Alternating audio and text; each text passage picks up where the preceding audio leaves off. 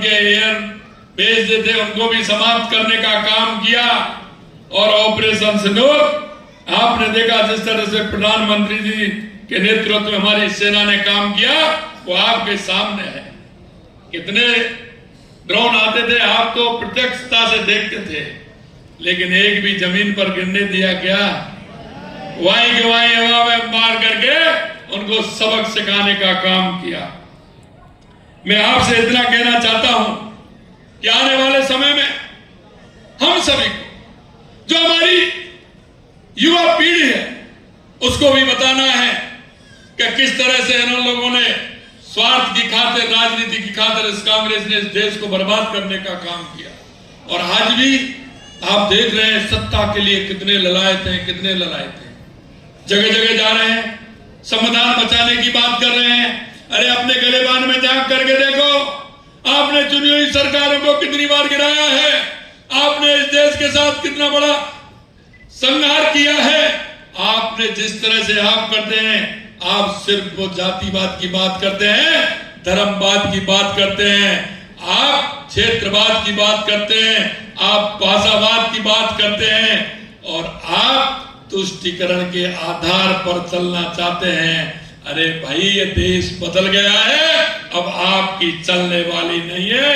देश का नेतृत्व एक मजबूत हाथों में है। देश के यशस्वी प्रधानमंत्री नरेंद्र मोदी जी के रूप में जो है, वो एक मजबूत हाथों में हमारा देश है। आज आप देख रहे हैं, पहले हम रक्षा का, क्योंकि कांग्रेस का सबसे ज्यादा राज रहा है, रक्षा के क्षेत्र में हम आत्मनिर्भर नहीं थे।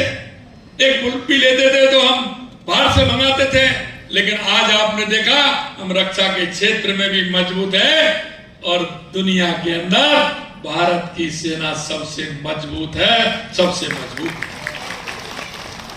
आज हम आत्मनिर्भर है। आपने देखा ऑपरेशन सिंदूर के अंदर जो भारत में निर्मित जो हमारे हथियार हैं, उनका हमने काम लिया। दुनिया के देश, जो छोटे मोटे देश हैं, वो देख रहे हैं कि भारत जिस तरह से आगे बढ़ रहा है।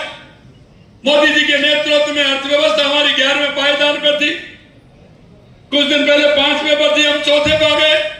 आने वाले समय में दुनिया में 3रे स्थान पर हम आने वाले हैं, देश के यशस्वी प्रधानमंत्री नरेंद्र मोदी जी के नेतृत्व। अंत में मैं आपसे इतना कहूंगा मेरे भाई और बहनों, कि हम सबको सचेत रहते हुए, हमारे देश की एकता और अखंडता को मजबूत करते हुए, आने वाली पीढ़ी को भी हमें बताना है।